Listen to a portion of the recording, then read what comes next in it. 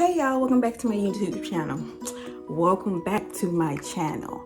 So in today's video, I am going to be talking about my locks and my lock journey a little bit more.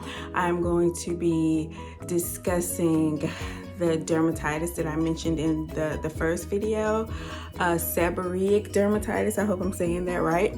Also, I am going to give you guys like a 360 of what my hair looks like. I'm thinking about potentially counting my locks in this video, but I guess it just really depends on how long the video is, because the last video was 19 minutes and I felt like that was a bit too long. That was like the first video though. So in this video, expect for me to talk about seborrheic dermatitis and what it is. I don't know if I'm going to get into too much detail about what it is technically, but I'll give you information about what it is in my experience. Also, I'm going to talk about the regimen that I've been doing for the last month or so, as well as just like I said, give you guys a 360 of what my hair looks like, and you'll see you know, the condition of my scalp. Fair warning, this is going to not look so great. So if you're like disgusted by flakes and dandruff, then you probably don't need to be watching this video.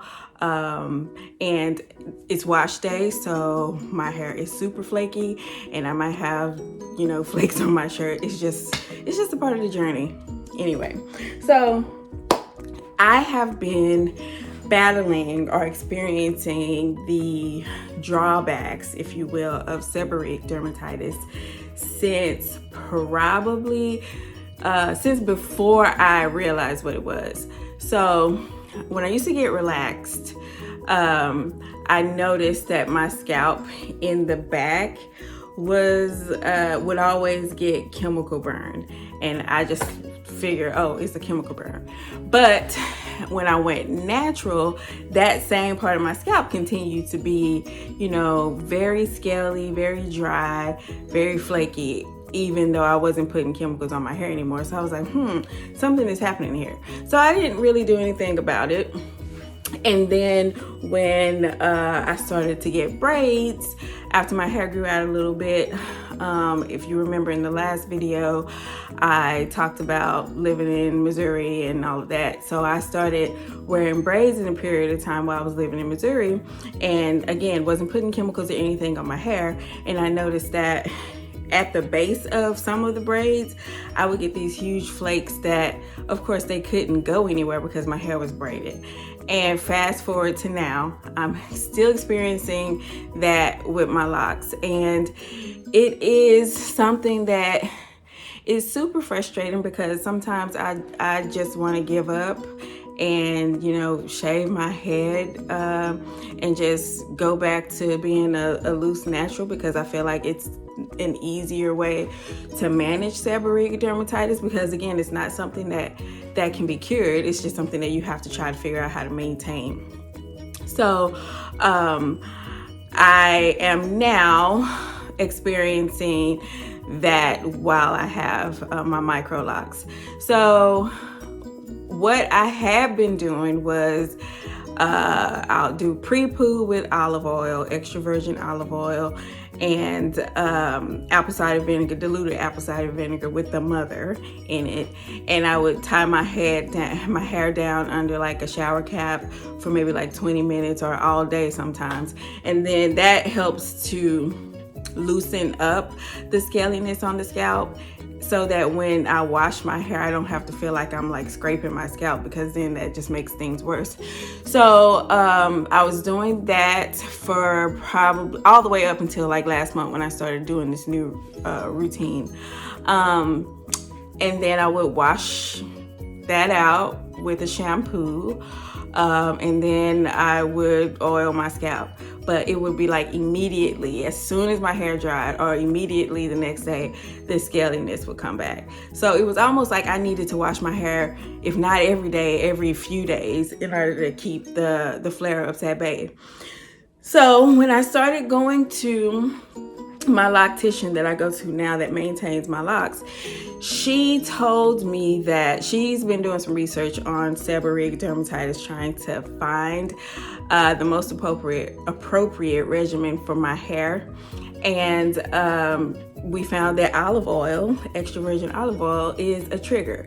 So no more olive oil is going to be put in my head.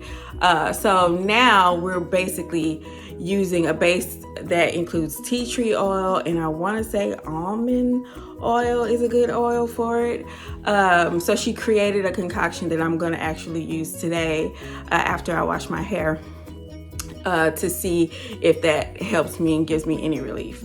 But in the last month, I had mentioned in the last video, and I linked the video to her channel, that I watched a YouTuber named Taylor Lauren, and she had a regimen that she was following that actually used a probiotic soap, and then there was a henna Design Essentials shampoo, and then an oat milk Design Essential shampoo. So first she would, of course, still do some sort of pre-poo.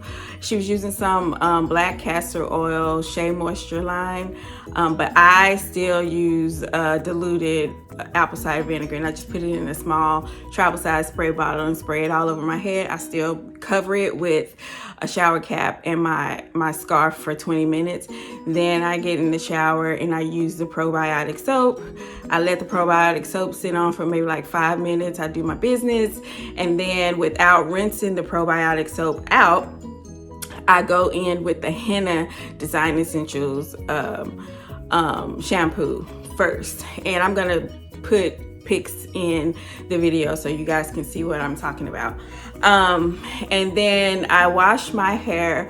The first time I washed my hair with the probiotic soap and the henna version of the Design Essentials shampoo, and then lather it up really well, then rinse it out. Next, I use the oat milk version of the Design Essentials shampoo, and I, do what I normally would do, put it all over my scalp, and then, massage it and everything. And then I would let it sit. So while it's sitting, I'll probably wash my face or something. And then maybe after 5 minutes, rinse it out, get out of the shower, put some drops of tea tree oil on my scalp, and see what happens. So since I've been doing that regimen, the scaliness has been at bay for at least 5 to 7 days. Right now, it is time for me to wash my hair, so you guys will see once I do a 360 what my scalp looks like. But it definitely is not what it typically is. So if you're looking for something that is a solution for seborrheic dermatitis, I'm going to go ahead and click Taylor Lauren's video in the bottom, in the description box below. And I'll also link the products that were used. I'll try to link the products that were used. If nothing else, you can get those out of her video. But it definitely has helped me and made me feel a lot more secure, and just kind of like walking around every day. If you have seborrheic dermatitis, you know that the scaliness and the flakes can just come out whenever. So when I turn around, you'll see I might have some flakes on my shirt. So I'm gonna go ahead right now and do a 360. I don't have enough time to count my locks, so we'll probably do another video for that. But I'm gonna do a 360 and just give you guys a look at what my scalp looks like and just my locks in general. And then we'll wrap up the video. So here is, the sides are really a part of my problem because I never want to wear my hair up, because you can see behind my ear, I have a little bit of that scaliness. You see that this is where it comes up a lot. And in the back, and I hope I'm still in the frame, in the back, you might be able to see some of the spots where I have kind of sort of lost locks because of the scaliness. and this is the area where my spot is. It's not as bad as it typically is. So I guess like I said, I think this solution is working. The regimen that Taylor Lauren recommended is working. The top of my head typically doesn't have a problem, but then the other side of my head, I have it behind my ears over here as well. So my scalp is definitely coming a very long way from where it was, but I just really want to get it under control a lot more, hence my stylist coming up with this regimen that she wants me to use. So comment down below if you have any tips or comments or something that you have experienced with seborrheic dermatitis.